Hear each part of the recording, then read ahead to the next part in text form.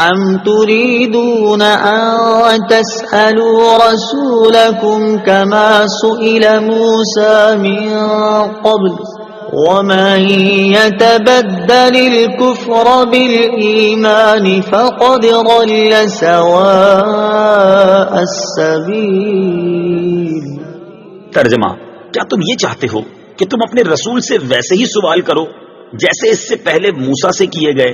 اور جو ایمان کے بدلے کفر اختیار کرے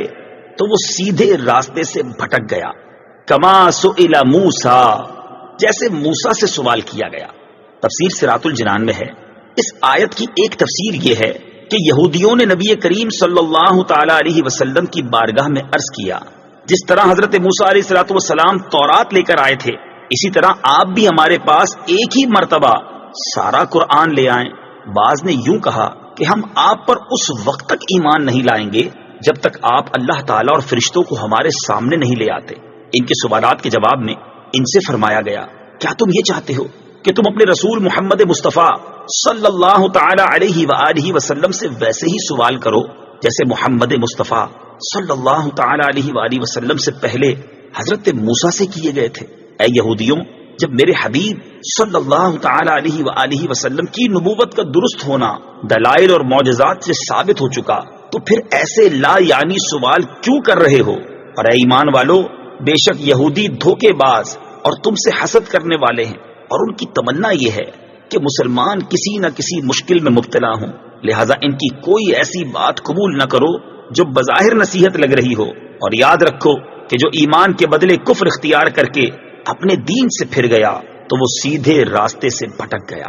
دوسری تفسیر یہ ہے کہ کفار مکہ نے حضور پرنور صلی اللہ تعالی علیہ وآلہ وسلم کی خدمت میں عرض کیا کہ آپ سارا قرآن ایک ہی مرتبہ لے آئیں۔ کسی نے کہا اللہ تعالیٰ اور فرشتے ہمارے سامنے اعلانیہ آ جائیں، کسی نے کہا کہ کوہ صفا کو سونے کا بنا دیں۔ ان کے سوالات کے جواب میں ان سے فرمایا گیا کہ تم بھی اپنے رسول محمد مصطفیٰ صلی اللہ تعالی علیہ وآلہ وسلم سے اسی طرح فضول سوال کر رہے ہو جس طرح ان سے پہلے حضرت موسیٰ علیہ الصلوۃ والسلام کی قوم نے ان سے کہا تھا کہ ہمیں اعلانیہ خدا دکھا دو۔ حالانکہ آیات قرآنیہ کے نزول کے بعد دوسری نشانیوں کا مطالبہ کرنا سیدھے راہ سے بھٹکنا ہے، صحیح مقصد کے بغیر سوال کرنا منع ہے۔ اس آیت سے معلوم ہوا کہ کسی صحیح مقصد کے بغیر سوال کرنا ممنوع ہے، نیز فضول سوال کرنا بھی ممنوع ہے۔ لہذا عوام الناس کو چاہیے کہ اس بات کو پیش نظر رکھے کہ علماء اور مفتیان کرام سے وہی سوال کیے جائیں جن کی حاجت ہو، زمین پر بیٹھ کر خواہ مخواہ چاند پر رہائش کے سوال نہ کیے جائیں۔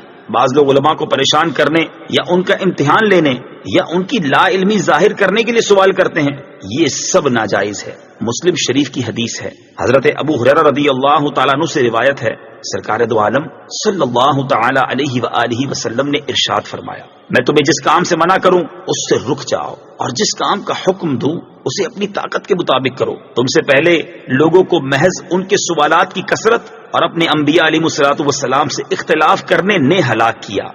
من پسند حکم کا مطالبہ کرنا یہودیوں کا طریقہ ہے۔ اس آیت سے یہ بھی معلوم ہوا کہ مسئلہ معلوم کر کے عمل کرنے کی بجائے خواہ مخواہ بال کی کھال اتارتے رہنا اور اپنے من پسند حکم کا مطالبہ کرنا یہودیوں اور مشرکوں کا طریقہ ہے۔ ہمارے معاشرے میں بھی لوگوں کی ایک تعداد ایسی ہے جن کی یہ خواہش ہوتی ہے کہ معاملات یا عبادات میں جو صورت انہیں درپیش ہے اس میں فتویٰ ان کی مرضی اور پسند کے عین مطابق ملے، اور اگر انہیں کہیں سے کوئی ایک ایسی دلیل مل جاتی ہے جو ان کے مقصد و مفاد کو پورا کر رہی ہوتی ہے تو وہ اسی پر اڑ جاتے ہیں، اگرچہ اس کے خلاف ہزار دلائل موجود ہوں، لیکن وہ چونکہ ان کی مراد کے خلاف ہوتے ہیں اس لیے انہیں قبول کرنے پر تیار نہیں ہوتے، اور ان کے بارے میں طرح طرح کی الٹی سیدھی تعویلیں پیش کرنا شروع کر دیتے ہیں۔ اللہ تعالیٰ ایسے لوگوں کو ہدایت عطا فرمائے۔